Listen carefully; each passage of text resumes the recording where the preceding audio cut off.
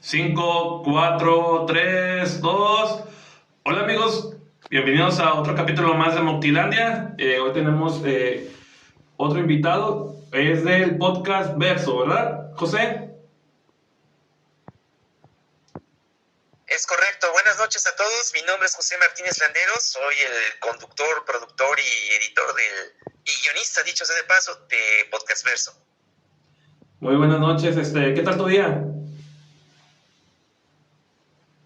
A gusto, parece ser que va a llover. De hecho, si escuchan los truenos de fondo es que ya se avecina la tormenta. De hecho, desde el día de ayer en Guadalajara, que es de donde estoy comunicando, se escucha, bueno, ayer estuvo lloviendo fuerte en la tarde. De hecho, una de las avenidas más importantes y de las zonas más exclusivas de Guadalajara se estaba inundando, así que ya se darán una idea de el poder que tiene la naturaleza en esta época, en las últimas lluvias que son del temporal de lluvias. Adicional a esto, estuvo pegando un huracán en el Pacífico mexicano. Empezó por Sinaloa, luego se saltó a Nayarit, y ahorita está en Jalisco y sabe por cuánto tiempo más esté tocando tierras jaliscienses. Aviéntanos esa agua para acá, para Nuevo León. Vaya, veo que ustedes le sufrieron bastante. Sí. No hace mucho supe que estaba lloviendo e incluso hubo inundaciones en Monterrey. Aunque bueno, más vale tarde que nunca, ¿verdad? Así es, así es. Oye, qué bien que seas de Guadalajara, semillero de podcast. Si no los conoces o tienes una oportunidad de verlos, el podcast, el cuarto de la colección y la carroza también son de allá, son de Zapopan, de allá de Guadalajara. ¿Quién más? Justo soy también. También. Justo soy también de Zapopan, igual que estos muchachos. Voy a darme la tarea y asimismo si la naturaleza del podcast para lo que quiero hacer en el futuro nos funciona, de igual manera estoy abierto también a que podamos hacer colaboraciones sin problema. Ok. Un saludo también a nuestros padrinos, porque son los padrinos de este podcast, cuarto de la colección. Saludos. Ya metiendo este gol, cambiando el tema, vamos a iniciar, vamos a conocer un poco del podcast Verso, tu podcast, qué es lo que se trata, pero primero, pues, ¿cuándo inició y cómo inició esa idea?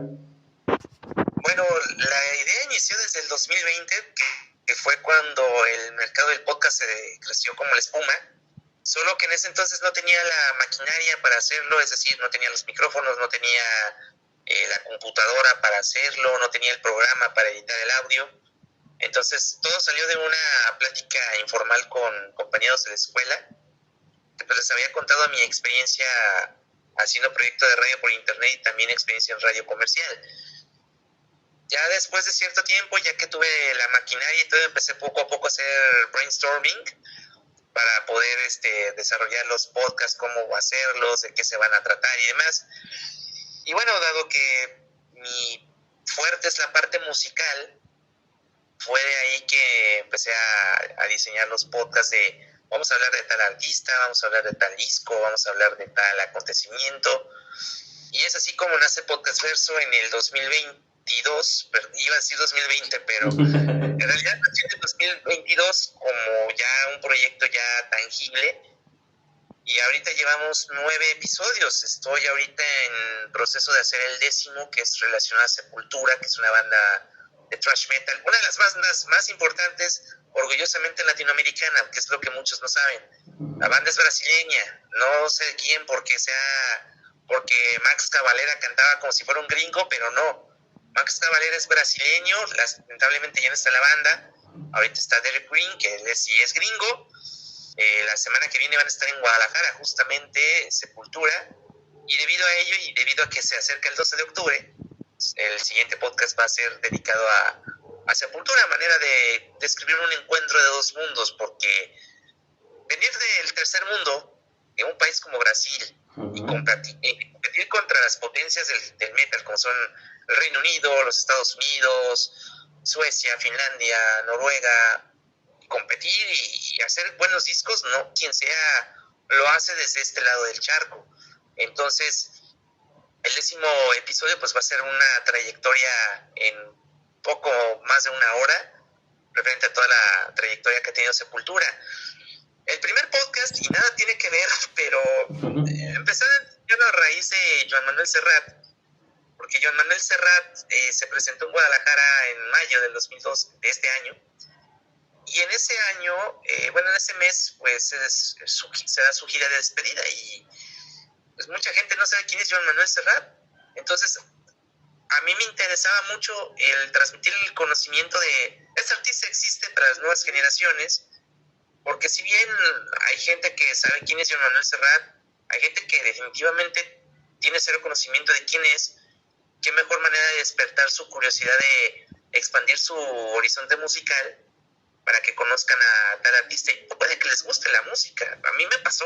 Yo, por ejemplo, Joan Manuel Serrat lo escucho desde los 14 años y me queda claro que es un excelente expositor de la música en español, y además de todo la experiencia, la trayectoria de más de 55 años que tiene en los escenarios, es una trayectoria que no quien sea. Además, dicho sea de paso, estuvo exiliado en México por espacio de 2 años gracias a que lo estaba persiguiendo la dictadura española de Francisco Franco, que es lo que hablamos en ese podcast. Es una biografía desde sus inicios hasta el día de hoy, y ese fue el primer episodio que realizamos. Después empezó Blondie, después el disco de OK Computer de Radiohead, de ahí nos saltamos a Sex Pistols, también hablamos del Día Mundial del Rock, por qué surge el Día Mundial del Rock, y un dato que muchos no saben respecto al Día Mundial del Rock es la parte de qué se hizo con el dinero de Live Aid. Si se preguntan muchos qué tiene que ver Live Aid con el Día Mundial del Rock, la respuesta es simple. Gracias a Live Aid se establece que cada 13 de julio es el Día Mundial del Rock.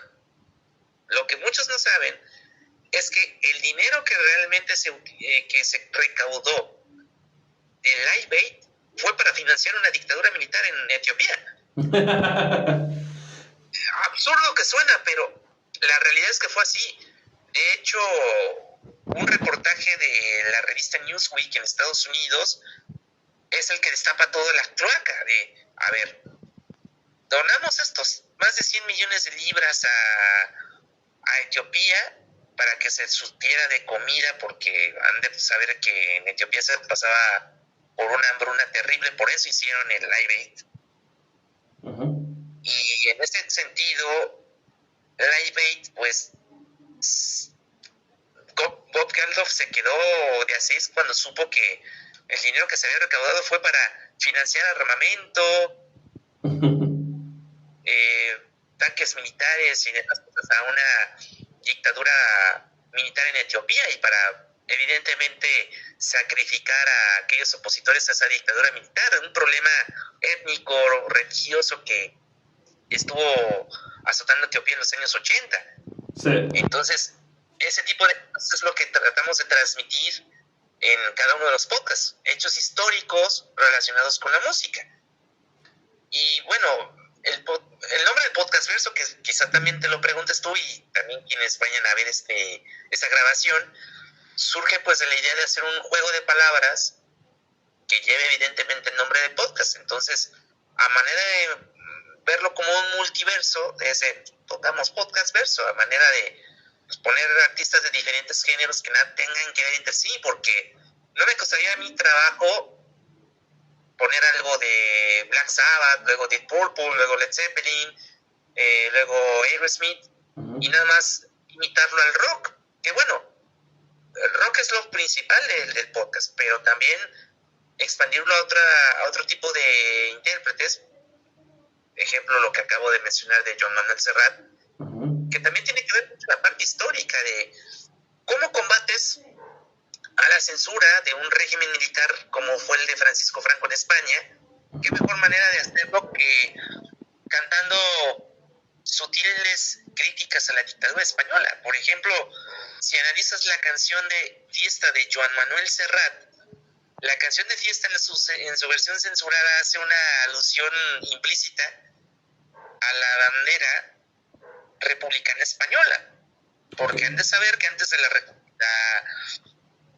Guerra Civil Española que sucede a partir de 1936. Antes había un periodo que se le conocía como la Segunda República Española. Entonces, esa bandera, que es de color rojo, amarillo y lila, así es como lo hace alusión en esa versión censurada de Joan Manuel Serrat, es una alusión clara a esa parte republicana, porque también el padre Joan Manuel Serrat era un anarquista y obrero español, nacido en Cataluña, mientras que la mamá de Serrat era de origen aragonés. Entonces también el sincretismo cultural entre la parte catalana y la parte castellana de la parte de la madre, pues también es dentro de ese crisol de culturas lo que hace también rico la trayectoria de Serrat, que en un principio te cantaba solo en catalán. Tuvo que expandirse a hablar en español a fin de que fuera masificada su música, y lo logró a pesar de las críticas de su propio pueblo, que eso es muy curioso.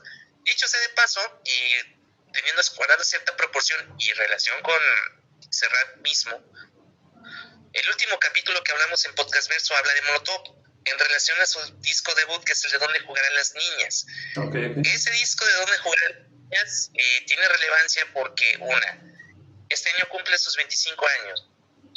2, es un disco que en 1997 y el día de hoy sigue siendo objeto de censura o autocensura de parte de diversos grupos, tanto conservadores en su momento como hoy en día los mentados grupos que hoy en día se le progres. Disculpa que te interrumpa. De hecho, hace poco, hace meses atrás, hubo que una campaña de censurar, creo que la portada, tengo entendido, creo que la portada del disco. Es correcto. A partir de una desinformación, porque ahí les va. Se dice que esa portada se había utilizado a una menor de edad, lo cual pues se orilló a que se malpensara, pero la realidad es que, no se sabe el nombre de la persona que personificó en esa portada. 2, la persona en cuestión era mayor de edad en su momento.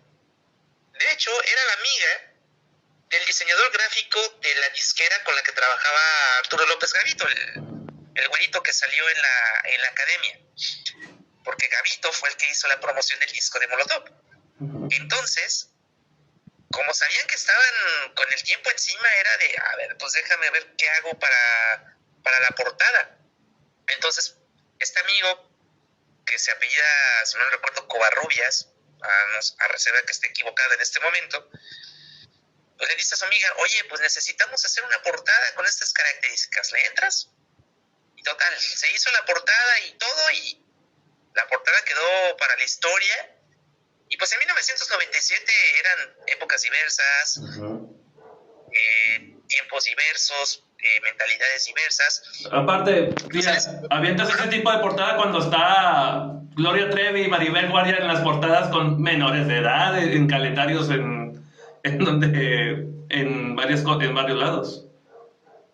Y acabas de mencionar un punto importante, ahorita que mencionas a Gloria Trevi, Alfich. Pasa que Molotov nace como una moda de ser contestatario al monopolio televisivo que en ese entonces era Televisa. Por eso muchas de las canciones que ves en el Dónde Jugarán las Niñas,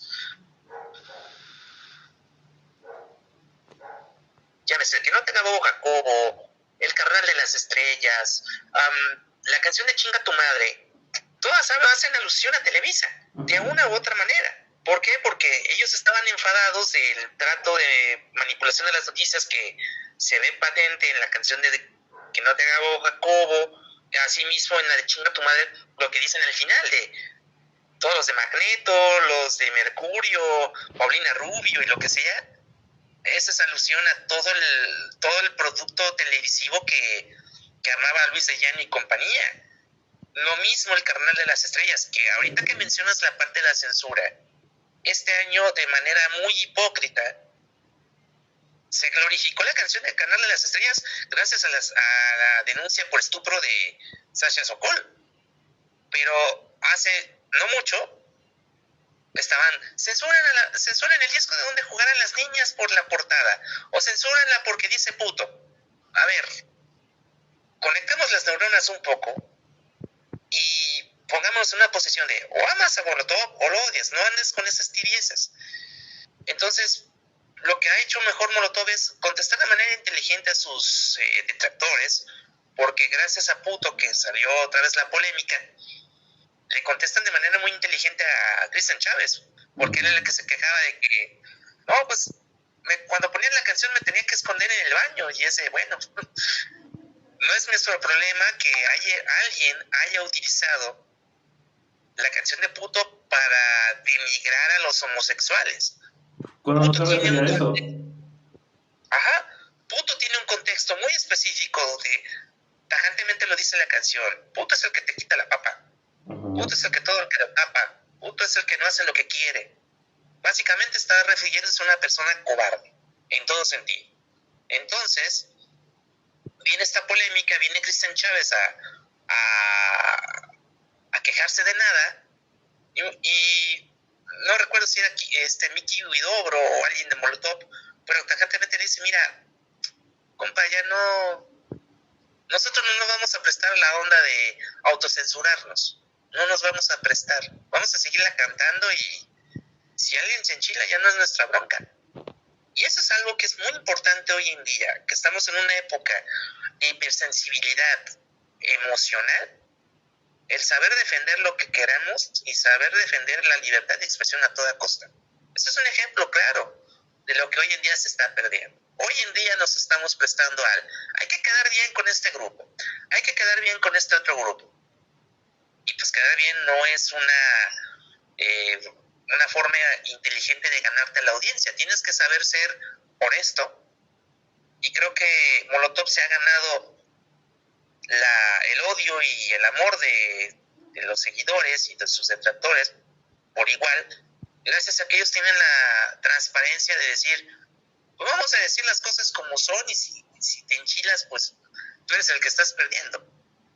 Y eso es algo que se está perdiendo, y Molotov, por fortuna, no se ha prestado estas ondas de vamos a cambiarle la letra de la canción porque alguien se va a ofender. Ejemplo, creo, Café Tacuba, que cuando cambiaron el ingrata por ingrato, la verdad no lo sentí como algo auténtico de parte de Café Tacuba, sinceramente. No, es como que, disculpa que te moleste, es como pues hacerle caso a las masas y no a un ideal que tú tenías o que tienes originalmente. Regresando al tema del podcast, bueno, aparte de que también esto es del tema del podcast, porque se habla, creo que es el 5º capítulo, ¿no? Donde hablas de dónde están las niñas, del álbum de dónde jugarán las niñas, creo, por ahí. Es el capítulo 9, que es el más reciente. El más reciente, ¿no?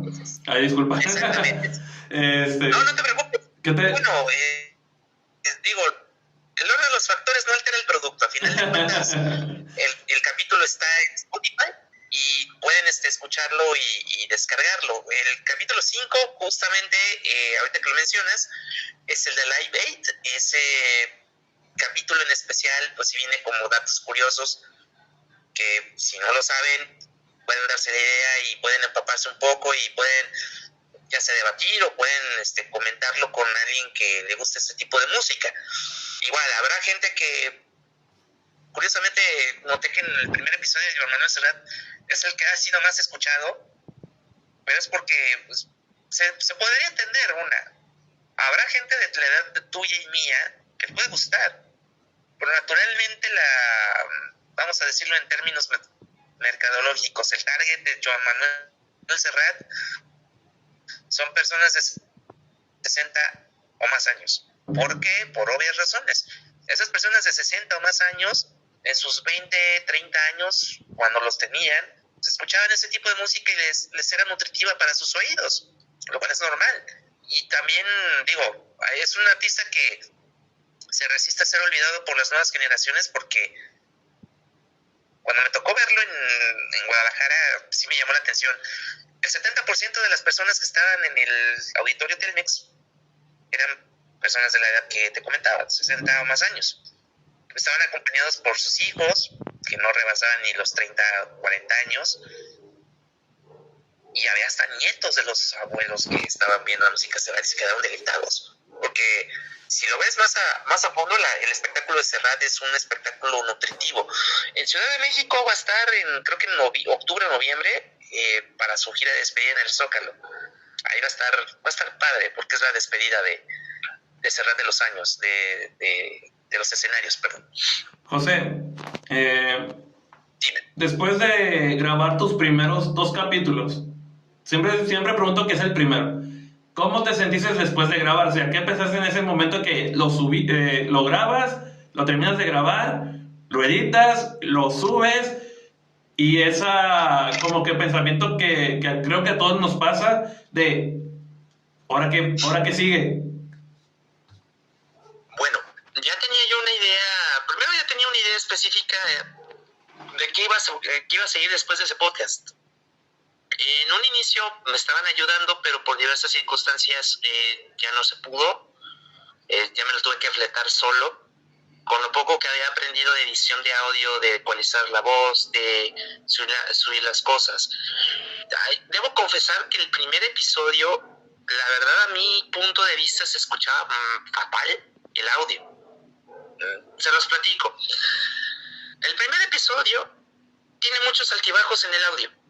Me parece que estás viendo un electrocardiograma que en momentos se pone muy plano, en momentos se pone muy hacia arriba, muy hacia abajo, muy hacia arriba, muy hacia abajo. Y ese tipo de ondas, pues sí me generaron como cierta insatisfacción. Pero era de, bueno, ya no tengo el tiempo ni la paciencia para poderlo o ecualizar como quisiera. Así que con todo y fallas, pues va. Digo, también dicho sea de paso, también hay episodios de ese podcast mismo donde hay silencios largos, bueno, cosas de novato que se está dedicando al podcast. Entonces, si lo van a escuchar el primer episodio, de una vez lo comento, como dicen, sobre la tendencia no hay engaño. Ya el segundo episodio pues era también muy contextual, porque venía Blondie a Guadalajara y el segundo episodio era de, pues vamos a hacerlo de Blondie. Ese fue el que recibí muy buenas críticas, porque era de contenido, cómo acomodar las canciones. Era toda una cuestión de saberlo diseñar, de, a ver, esto tiene que ir con esto en este tiempo preciso. Procuro ser muy cronológico en mis podcasts.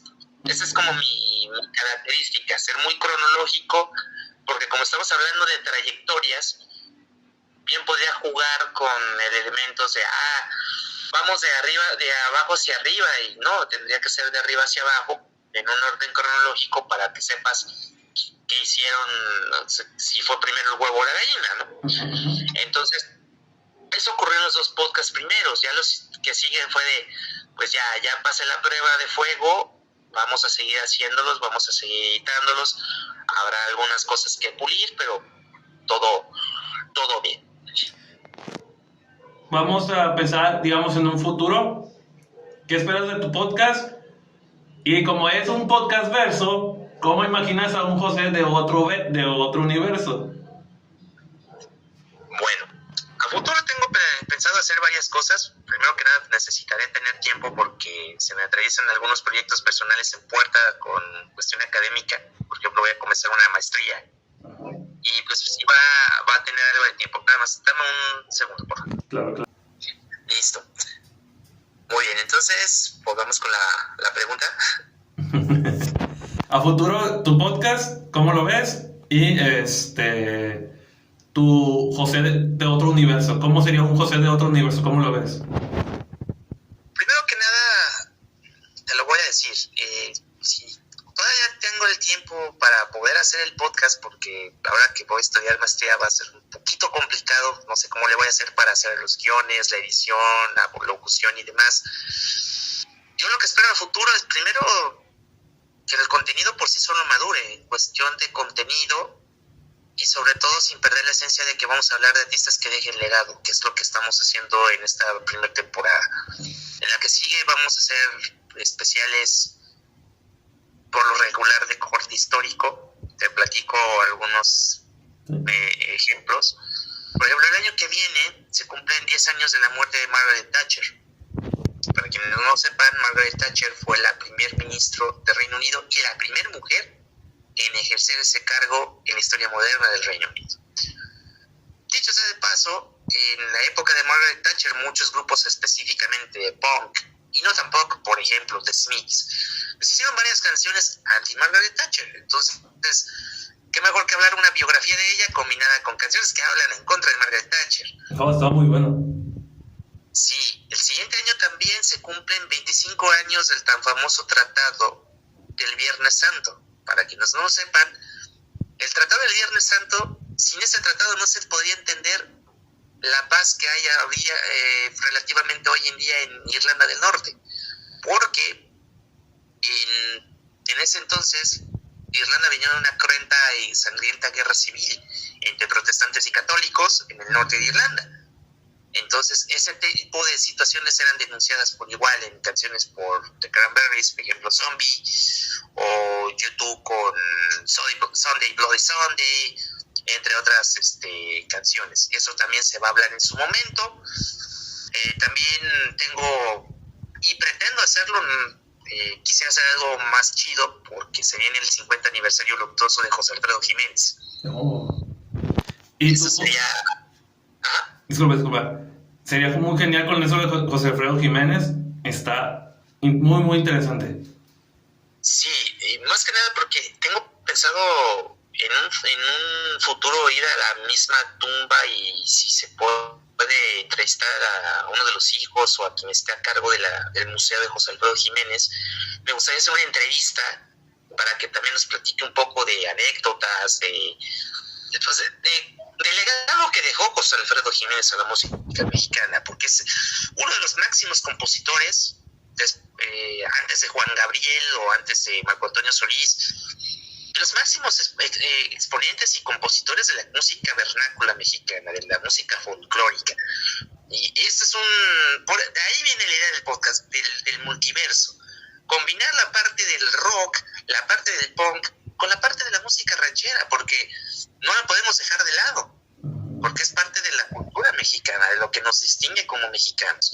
Al igual, si también el tiempo me lo permite, también poder armar un especial de aniversario luctuoso por Vicente Fernández, que es otro máximo expositor de la música mexicana, orgullosamente paisano mío, y de alguna manera pues también combinar eso. Incluso en Guadalajara, y no sé si en Monterrey haya esto, pero cada año a finales de noviembre, principios de diciembre, suele hacerse la Feria Internacional del Libro en Guadalajara. Es una de las más importantes de Latinoamérica, y a raíz de eso también hacer un especial de libros que inspiraron canciones en español y en inglés. Esto sería algo padre por armar para el siguiente año, dentro de los planes que se tienen para hacer un podcast verso como tal. Incluso también hacer historias con mucha historia, que sería una sección relacionada a canciones y el contexto que tienen, porque cada historia por sí sola, cada canción te cuenta una historia por sí sola, y muchas veces el ritmo de una canción lo puede disfrazar a la intencionalidad. Por ejemplo, todo el mundo sabe que Jump de Van Halen es una canción muy alegre, muy buena vibra, pero cuando lees la historia de esa canción en particular, te das cuenta que están hablando del suicidio, por ponerte un ejemplo. Entonces, esa es una de las cosas que a futuro se busca crecer en el podcast. Te digo, aquí la cuestión va a ser el tiempo y el cómo vamos a estar limitados por la cuestión del trabajo, la maestría y demás ocupaciones que uno pueda llegar a tener en ese entonces. Eso es dentro de los planes futuros. Oye, hablando de canciones de historia, ya se viene en noviembre la Revolución, y entre ellos la Revolución sale Adelita. Sí, ese es otro punto. Y varias Solo canciones. que, por ejemplo, sí, podrá funcionar para el año que viene, porque ahorita ya para lo que resta del año ya tengo como ya Planeado. esquematizado cómo van a ser los siguientes podcasts. Les adelanto, después de Sepultura, que es el que se va a estrenar la siguiente semana, viene Mecano, que esa es una de las historias más ricas de lo que erróneamente es rock en tu idioma, porque Mecano nunca fue rock, hay que decirlo. Uh-huh. Es no por ello fue un grupo de pop plástico, como Magneto, como tú me digas. En el caso de noviembre, tengo pensado hacer un especial de Thriller de Michael Jackson, que se viene el 40 aniversario de su lanzamiento, que también van a venir cosas, datos curiosos, etcétera. Por motivo del mundial también voy a armar unos extras que tengan que ver con la música y el fútbol.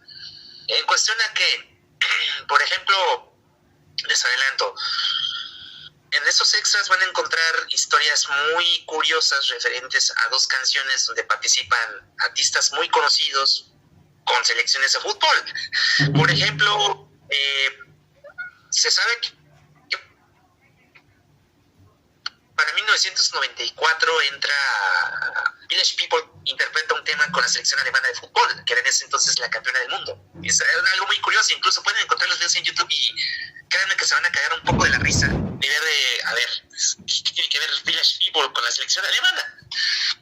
También en uno de esos extras, pues va a venir también la contraparte del Reino Unido, en especial Inglaterra, que también, al igual que Alemania, tenían la costumbre de cantar cada mundial un tema alusivo. Pero en el caso de Inglaterra se volaron la barda porque pues, contratan a New Order y hacen un tema que se llama War in Motion, que es un tema de apoyo a la selección inglesa en el Mundial Italia 90. Ahí van a venir esas historias como entrelazadas, y adicional a eso también la conexión que existe entre el teatro musical de Broadway, el rock y los equipos de fútbol. En resumidas cuentas, hay muchos temas en el fútbol de Inglaterra que son muy alusivos como himnos de equipos de fútbol. Pero hay 2 que sobresalen por el origen. Uno es You Never Walk Alone, que es un tema que es el himno de Liverpool, pero también lo interpretan otros equipos. ¿Y qué tiene que ver, por ejemplo, George Martin ahí? George Martin fue el productor de The Beatles, pero también producía éxitos para otros grupos ingleses.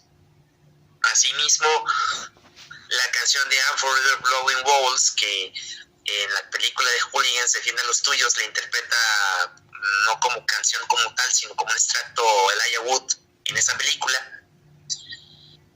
El origen también que tiene que ver con Broadway, porque You Never Walk Alone y I'm Forever Blowing Bubbles nacieron en Broadway como parte de teatro musical, que es de ahí donde sale Broadway. Básicamente es algo de lo que se tiene pensado hacer para noviembre. En diciembre va a ser un especial relacionado a Kate Bush, gracias al éxito que tuvo con Running Up the Hill. Esa canción la catapultó de nuevo, de hecho le arrebató el primer lugar de popularidad a Harry Styles en el Reino Unido gracias a Stranger Things. De ese tipo de cosas se van a estar hablando en los siguientes podcasts. Estén muy al pendiente. Pueden encontrar el podcast verso en Spotify, pueden encontrarlo en iVoox. No se ha podido hacer el movimiento a otras plataformas, llámese a Apple Podcast, a Google Podcast, por diversas situaciones. Pero en particular ahorita están en esas 2 plataformas. Escúchenlo. Si les encanta el contenido, compártanlo a sus conocidos. Y de esta manera, pues, se van incrementando también el grupo el montón de escuchas. Qué mejor, porque ahorita no está... Quisiera tener muchas más escuchas, pero ahorita están muy poquitas, así que apóyennos para que este contenido pues siga siendo y creciendo en calidad sin perder la parte del contenido. José, ¿cómo ves a otro José de otro universo? Hablando de que podcast verso, ¿cómo ves a un José en otro universo? Esa es una muy buena pregunta. ¿A qué se dedicaría el otro José? ¿O cómo te lo imaginarías? ¿Qué tendría? Esa es la parte más difícil, fíjate. Bien dicen por ahí que la parte más difícil del ser humano es la parte del autoconocimiento. Yo diría que, así a primera instancia, vería a un José más maduro en cuestión de la elaboración de su propio contenido, de una persona que de alguna manera puede crear historias, contarlas de maneras distintas.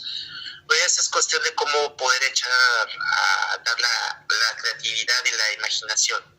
Porque hacer un podcast, y mucha gente cree que solamente los podcasts que funcionan son los podcasts donde hablas de anécdotas, la cotorriza, por ejemplo. Ese tipo de podcasts pueden funcionar, pero no todos comulgamos con esa misma idea. Yo al menos no me vería todos los días o todos los capítulos hablando de anécdotas personales. Yo no soy tan así. Habrá gente que le funcione, pero a mí me gusta más la parte de quiero contarte una historia de este artista. Y me gustaría que lo conocieras y así mismo si te nace, si sientes la curiosidad de saber quién es ese artista, te voy a dar una introducción. Si tú quieres saber más del artista, también generar ese instinto de curiosidad de, quiero saber por ejemplo, de Blondie. No sabía esta historia de Blondie. Lo supe a través de este podcast, pero me gustaría saber más.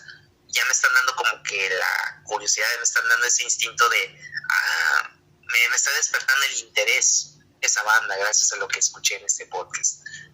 Eso es básicamente lo que sería el cosa del futuro, por decirlo de alguna manera.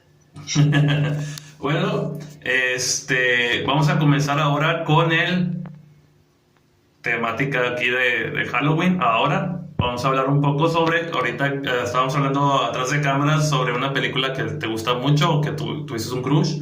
Y pues si tuvieras una experiencia también paranormal. Bueno, ahí la parte de las experiencias paranormales, la verdad les debo, porque la verdad no he tenido como que una experiencia así que me genere un trauma o esas ondas, no. Pero respondiendo a tu segunda pregunta, sí, efectivamente estoy muy enganchado con una película que se llama Last Night in Soho, o El Misterio del Soho en español, que es una película que salió en cines el año pasado, en estas fechas específicamente, y es una película que además de terror u horror, es una película de suspenso, básicamente una especie de Alfred Hitchcock, pero de tiempos modernos. La película hace pues alusión a la época de los años 60, donde una chica bailarina que se llamaba Alexandra Collins, mejor conocida como Sandra Collins, que es el personaje que interpreta Anya Taylor-Joy, era una bailarina que a su vez era padroteada por otro sujeto. Y pues da la situación que se genera una especie de misterio, porque al principio de la película todo indica a que Sandy la mataron, la apuñalaron. Pero conforme va avanzando la película, pues empieza a generar por toda esa onda. La chica que se llama Eloise, que se llama en la vida real Thomasine Mackenzie me parece, ella es la que hace el personaje de Eloise Turner. Eloise Turner viaja a Londres para estudiar diseño de modas y se hospeda en una casa vieja en Soho. De ahí el nombre de el Misterio de Soho. Entonces en esa casa la dueña es una señora ya grande, y en esa casa, en esa habitación donde duerme Eloise Turner, es donde se desarrollan todos esos episodios de déjà-vus. Y lo que me gusta de esa película es, primero, cómo está ambientada la parte de los 60s. Parece que los 60s están a la vuelta de la esquina cuando ves la película. Segundo, y por obvias razones, la música tiene que ver mucho con los 60, a excepción de una canción que es la de Happy House de Sushi the Banshees, que la tocan a la mitad de la película, en una escena donde Eloise Turner y su amigo novio, porque no se sabe si se cierta qué son, una persona de raza negra, pues se pintan la cara de blanco, y mientras suena la canción de Happy House aparecen un montón de espíritus. Entonces previo a eso les dan a beber aguas benditas. Tú sabrás a lo que me refiero. Y en un momento como que se dan un viaje y la chica empieza a ver fantasmas. Eran muchos hombres. Entonces eso provocó que le empezaran a dar ataques de pánico y ansiedad, y pues tiene que salir del salón de fiestas mientras están en una fiesta de Halloween. Conforme va pasando la cinta, ves a Eloise cada vez más intrigada por saber qué pasó realmente. Va incluso a una estación de policía donde pues preguntan, oye, quiero saber qué pasó con Alexandra Collins, con Sandy Collins. Quiero saber si la mataron, quiero saber qué onda. Entonces, pues, los policías forenses de Reino Unido le dicen, pues, no podemos armar y no podemos dar mayores detalles porque pues no tenemos muchas pistas. Entonces, pues tienen que estar investigando notas periodísticas de la época y demás.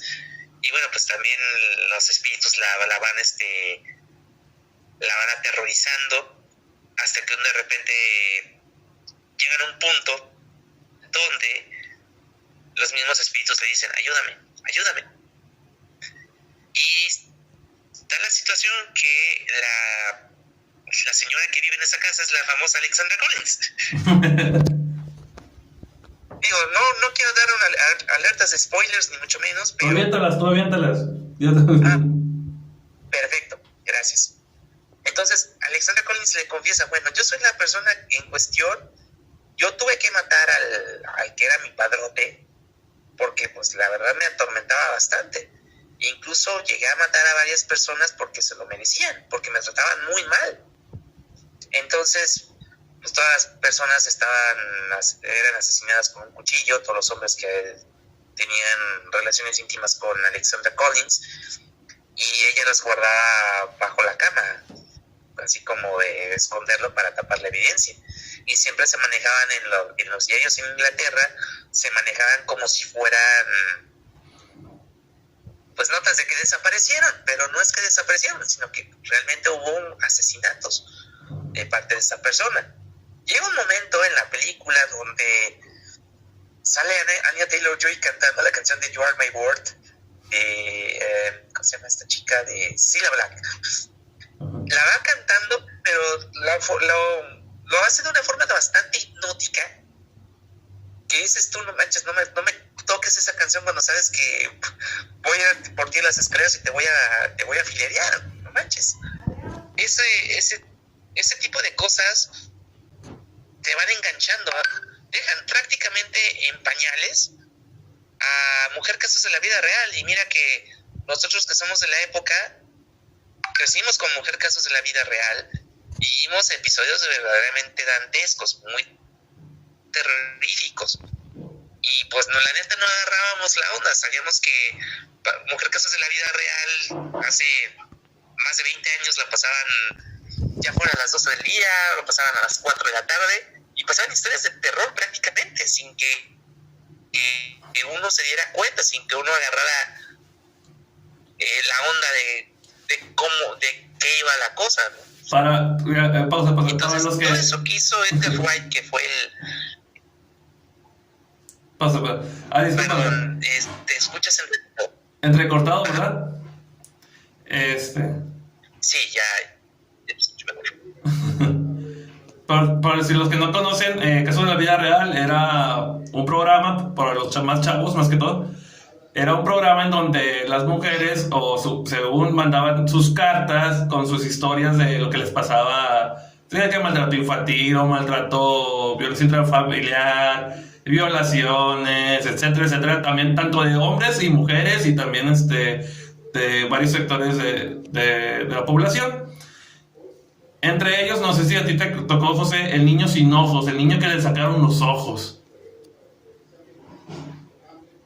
Exactamente, y ese es uno de los episodios más vistos y así mismo el que más genera como mitos urbanos. ¿En qué sentido? Se dice por ahí que no sé si fue Stephen King el que inspiró el capítulo o ese capítulo inspiró a Stephen King, pero por lo dantesco de las imágenes pues pareciera ser que inspiraron a Stephen King, que inspiró ese episodio del niño sin ojos, o luego el de la muerte se avecina. Es un episodio, sí, ahorita que está de moda, por ejemplo, Jeffrey Dahmer, la serie de Jeffrey Dahmer en Netflix. lo que hacía esta mujer de la muerte se avecina era igualito. O sea, de hecho, esa señora de la muerte se avecina mata a su vecina descuartizándola. La mata. Y hasta que no se enteran, el servicio médico forense va a la casa y pues, se da cuenta de todo el cagadero que hizo la vecina mala. Es uno de los capítulos que hace no mucho lo vi y dices, tú no manches, ¿hasta dónde puede llegar la raza humana en cuestión de lo salvaje que puede ser, lo cruel que puede ser? Y adicional a esto, pues nunca nos dimos cuenta de lo violento que era Mujer Casos de la Vida Real por la edad que teníamos muchos, porque Mujer Casos de la Vida Real duró muchos años al aire, dejó de existir en 2006 me parece, y a partir de 2006 nace la época de La Rosa de Guadalupe, que es otra bronca. Muchas veces es demasiado surrealismo sus capítulos, pero en el caso de Silvia Pinal siempre manejaba a Pinal misma hacia Carmen Salinas, en una situación nada agradable para Carmen Salinas, como fue la muerte de su hijo Pedro. Porque si ven ese capítulo, lo ponen mucha atención, habla de algo que sucedió en la vida real, porque Pedro Plasencia, que era el hijo de Carmen Salinas, que era un músico muy connotado en Televisa, lamentablemente fallece de un cáncer. Y la actuación de Silvia Pinal, híjole, sí te saca la lágrima. Y básicamente eso era lo que realizaba Silvia Pinal en los 90. Entonces, cuando tú ves el final inesperado, el giro inesperado en esta película que estamos haciendo mención de Los Años Soho, te das cuenta que dices, Silvia Pinal la dejaron en pañales. La Mujer Casos de la Vida Real la dejaron en pañales. Entonces, vale la pena creer la película para que puedan entenderla mejor. Y menciona aparte es la parte musical. La parte musical me gusta porque pues, son muchas canciones que hoy en día se podrían catalogar como música pop. Y es música pop de buena calidad. Ejemplo, viene una canción de The Who, que es un cover de Martha de Vandellas que se llama Heat Wave. Hay otra canción de The Kings, no recuerdo ahorita el nombre. Creo que se llama Starstruck o algo así se llama.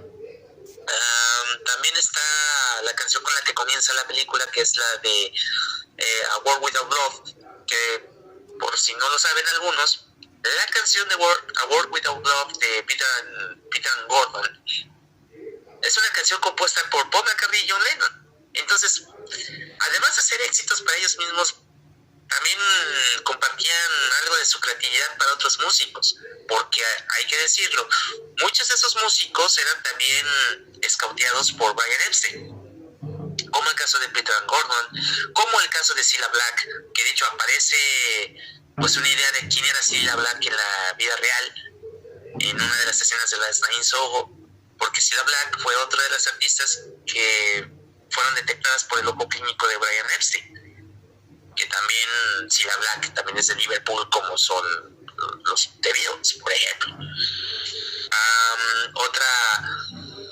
Aparece también en la escena, o en una de las escenas aparece también la canción de I Got My Set on You, si mal no recuerdo, que es una canción que todo el mundo la conocemos por George Harrison, pero no la conocemos por el artista original. También aparece la canción de You Are My World de Cilla Black, que es la canción que también interpretan Taylor-Joy, y lo hace muy bien Anya Taylor-Joy. Tiene muy buen talento para cantar, dicho sea de paso. También aparece otra canción de Cilla Black, si mal no recuerdo es la de Anyone Love My Heart, algo así se llama, no recuerdo el nombre exacto. También esta es la canción que ya decíamos de Sushi and the Banshees, que es la única canción que rompe con el molde. Todas las canciones tienen que ser de los 60s, pero esa de Sushi and the Banshees entró en un buen momento, entró como en el clímax de la película. Otro dato importante, y esto también, suena especulación, de hecho es un dato especulativo meramente, porque no tengo una fuente oficial, pero Se dice por ahí que Edgar Wright le robó la idea del nombre de Last Night in Soho ni más ni menos que a Quentin Tarantino. Y Quentin Tarantino, pues es sabido que las películas de Quentin Tarantino son como las fiestas del pueblo. Es decir, si no hay sangre, no hay fiesta. No hay fiesta. Entonces, dicen por ahí que Quentin Tarantino vio el nombre de Last Night in Soho basado en una canción que se llama igual, de los años 60, de una banda que ahorita no recuerdo el nombre, para serte sincero, pero esa misma banda aparece con una de sus canciones más populares que se llama Hold Tight en la película de Prueba de Muerte, que no es propiamente de Quentin Tarantino, sino que participa Tarantino indirectamente en ella, sino que la película es de Robert Rodríguez. Pero una de las escenas clave, que es donde el stuntman mata a las chicas en esa película de Prueba de Muerte, suena esa canción. Y suena justamente en el momento donde se da el choque y donde matan a todas las chicas que aparecen en el otro carro. A partir de ahí, pues esa obsesión por la música sesentera de que tiene Quentin Tarantino, pues le hizo pues de alguna manera planear vamos a hacer una película relacionada a esto, de cuestión a Soho. Pero lo que nunca se dio cuenta, al menos así lo dice el TikTok, reitero, no es un medio muy confiable que digamos. Así de que lo vi en TikTok. Sí, o sea, debo de confesar que lo vi en TikTok, o sea, no lo voy a negar, pero no voy a afirmar algo que todavía no tiene pruebas. Por eso hago la aclaración de lo vi en TikTok, pero no lo crean del todo. Es mera especulación, pero si lo analizas un poco y de ser cierto esa leyenda de que Edgar Wright le robó la idea a Quentin Tarantino, si lo pones a analizar, habría sido un resultado muy distinto si lo hubiera realizado Quentin Tarantino la película. Primero, sería más sangrienta de lo que tú la ves en la pantalla, la cinta de Edgar Wright. Primero. Segundo, yo no sé si hubieras tenido el mismo impacto y hubiese tenido el giro inesperado que tiene Edgar Wright. No sé si hubiera salido lo mismo. Te lo digo porque la última película de Quentin Tarantino, que es la de Once Upon a Time in Hollywood, a mí la verdad me resultó demasiado decepcionante. Tal vez no quiso adornar esa parte, quiso jugar un poco con la corrección política, porque pues es muy amigo de Roman Polanski. Como han de saber, Sharon Tate era esposa de Roman Polanski, hasta que la familia de Charles Manson pues acabó su vida trágicamente. Yo habría esperado ver esa escena de la familia de Charles Manson atacando a Sharon Tate, pero no pasó eso. Y se me hizo muy chafa el final de esa película de Once Upon a Time in Hollywood. Se me hizo muy chafa porque vas a ver a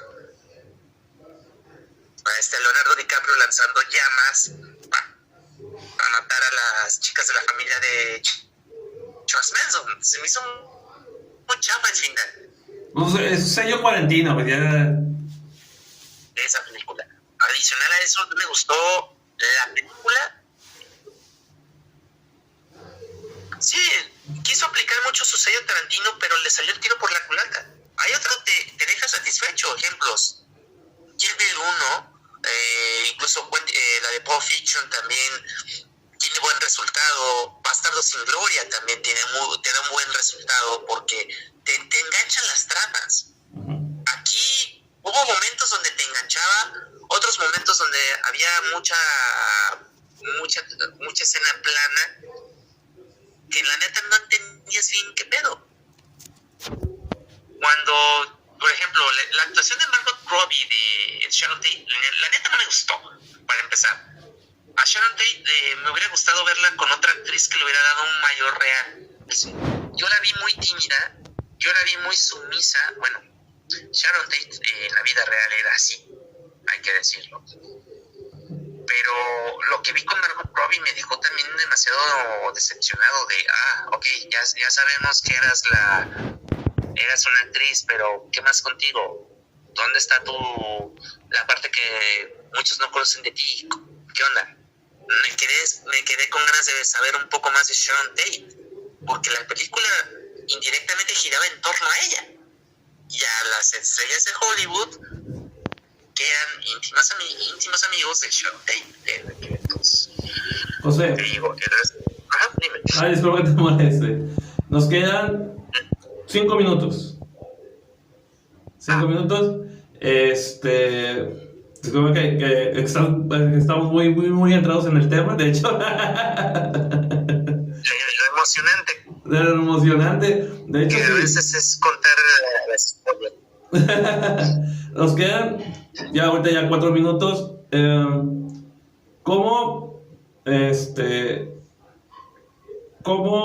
o qué consejo le darías a los que van iniciando un podcast, digamos, como nosotros, que llevamos menos del mes o 2 meses? ¿Qué les recomendarías? ¿Y con qué frase cerrarías tu podcast? O sea, englobarías tu podcast. Bien, respondo una por una a tus preguntas. Primero, en tu primer cuestionamiento, hay que tener mucha paciencia y sobre todo nunca dejen de hacerlo por diversión. No esperen competir con la cotorriza en el primer episodio. Eso es algo.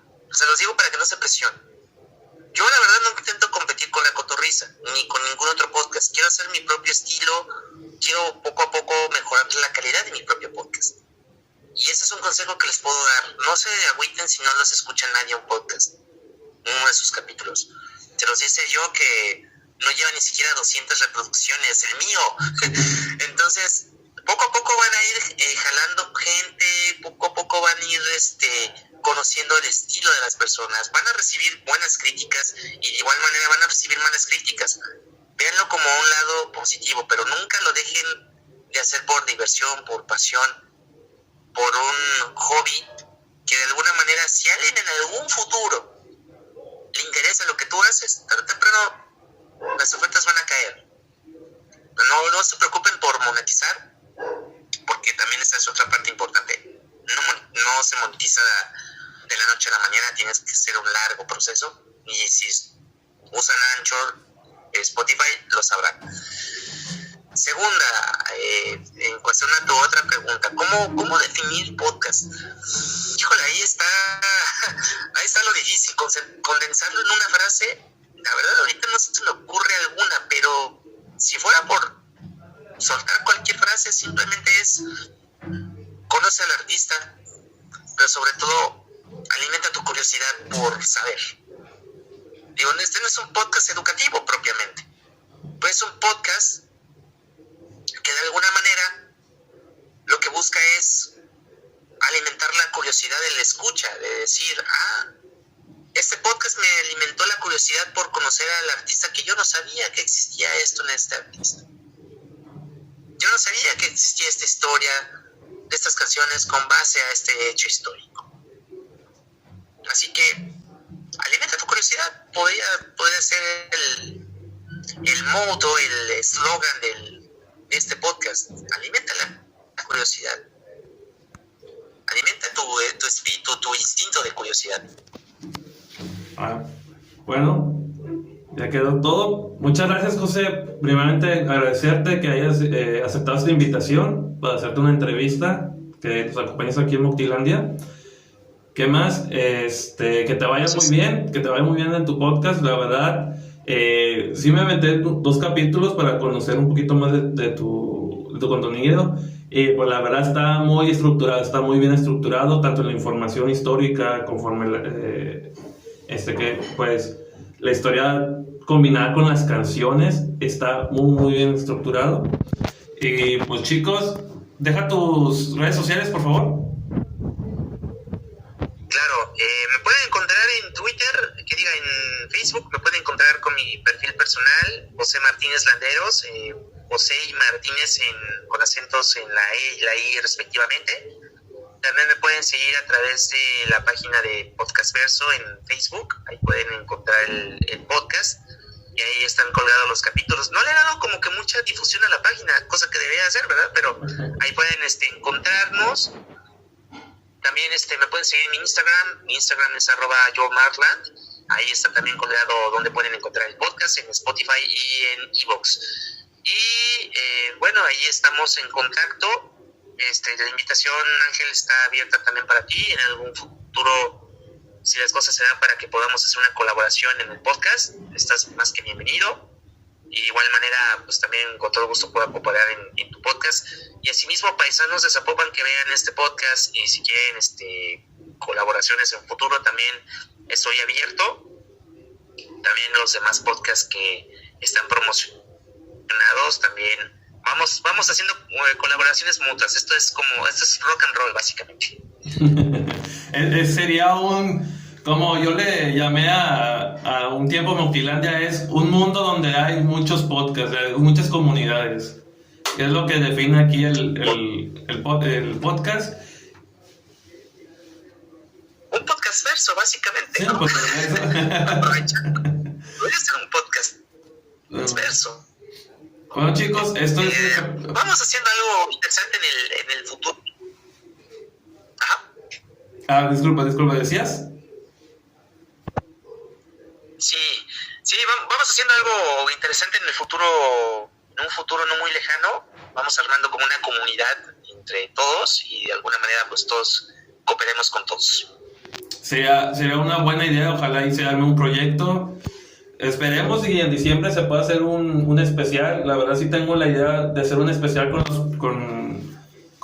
los podcasts que han participado aquí. Esperemos y ya aterrizando bien el asunto, para que estés luego al pendiente, darte la invitación y separar un día.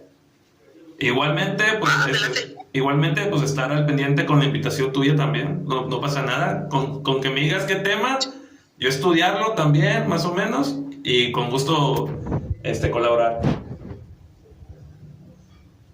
Claro que sí, estás más que invitado. Ya veremos en qué podcast o en qué episodio podría encajar muy bien tu intervención. Así que estate pendiente tú también. Ya está. Bueno, chicos, esto fue todo de Nautilandia. Muchas gracias. No se olviden seguir la página de Facebook y la de YouTube, también la de Podcast Versos. Pues hasta luego. Adiós. Bye bye.